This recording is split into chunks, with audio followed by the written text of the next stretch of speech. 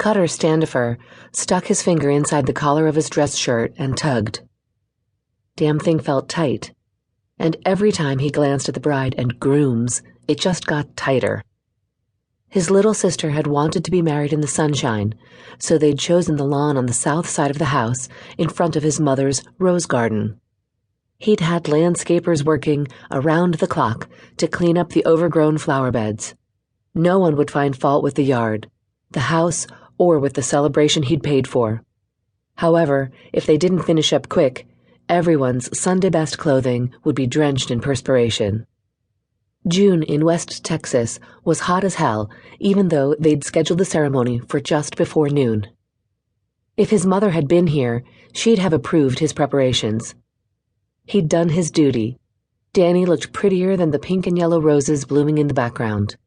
She wore their mother's white wedding dress, which had only needed a few tucks around the waist to fit, and left too much of her tanned shoulders and chest bare for his liking. She'd twisted her long blonde hair up into some kind of knot that made her neck and shoulders look feminine, fragile and innocent. No one looking at her now, with her green eyes soft and bright, with unshed tears, and her lips curved into a wide smile, would know she was anything but fragile. And she damned sure wasn't innocent.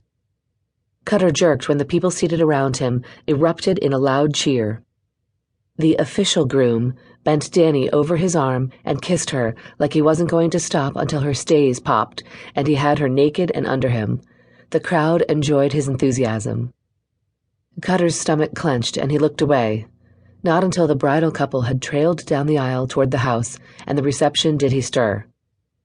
And then he moved like an old man, taking his time, following the wedding guests inside, listening as music poured out the door onto the wraparound porch.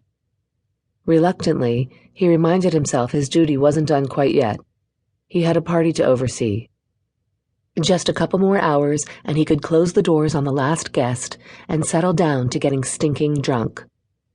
He wondered if anyone else who'd been watching had caught on to the fact the best man had looked every bit as happy as the bastard who placed the ring on his kid sister's finger.